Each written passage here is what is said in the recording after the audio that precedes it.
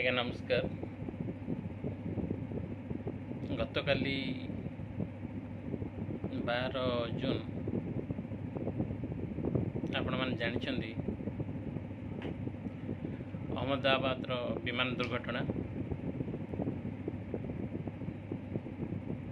ଏଥିରେ 230 ଜଣ ଯାତ୍ରୀ ଥିଲେ ଏବଂ 12 ଜଣ କର୍ମଚାରୀ, 2 ଜଣ ପାଇଲଟ,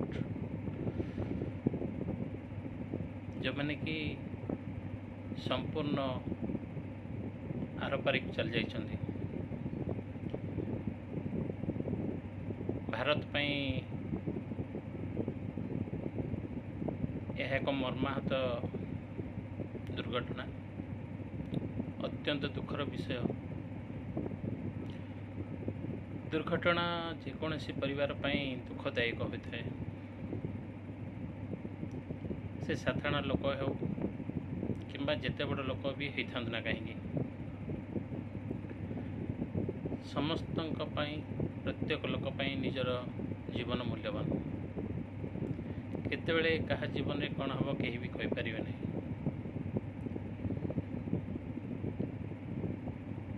କେତେ ଯେ ପରିବାର ଉଜୁଡ଼ି ଗଲା।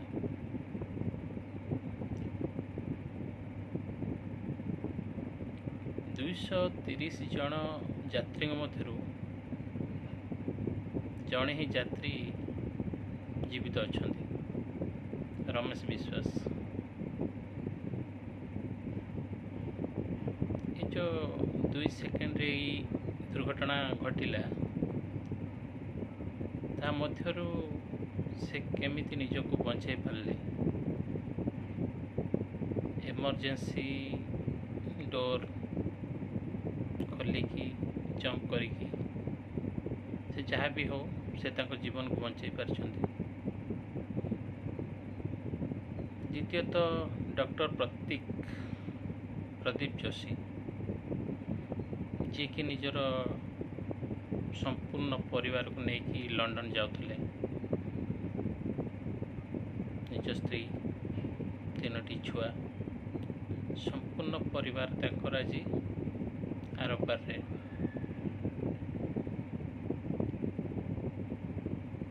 ଗୁଜରାଟର ଏକ୍ସ CM ବିଜୟ ରୂପାନୀ,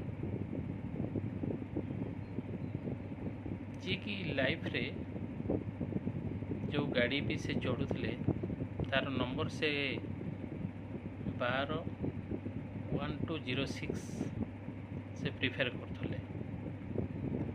ସେଇ 1206 ଯାନିକି 12 ଜୁନ୍ ତାଙ୍କର ଡେଥ୍ ହେଲା।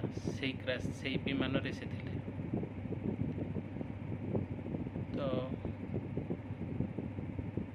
ସମସ୍ତେ ଯେଉଁ ସମ୍ପୂର୍ଣ୍ଣ ଯାତ୍ରୀ ଆରପାରିକୁ ଚାଲିଛନ୍ତି, ମହାପ୍ରଭୁଙ୍କୁ ଆମେ ଏତିକି ପ୍ରାର୍ଥନା କରିବା, ସମସ୍ତଙ୍କର ଆତ୍ମାକୁ ସଦ୍ଗତି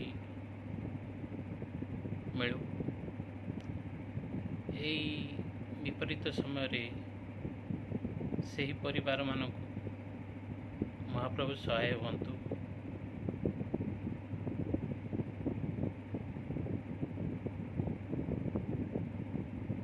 ସମସ୍ତଙ୍କ ଆତ୍ମାକୁ ଶାନ୍ତି ମିଳୁ। ଓ ଯେଉଁ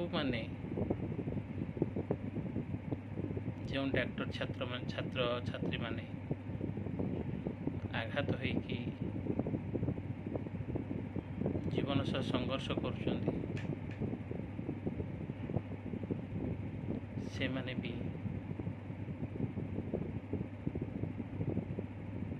ସୁସ୍ଥ ହୋଇଯାଆନ୍ତୁ।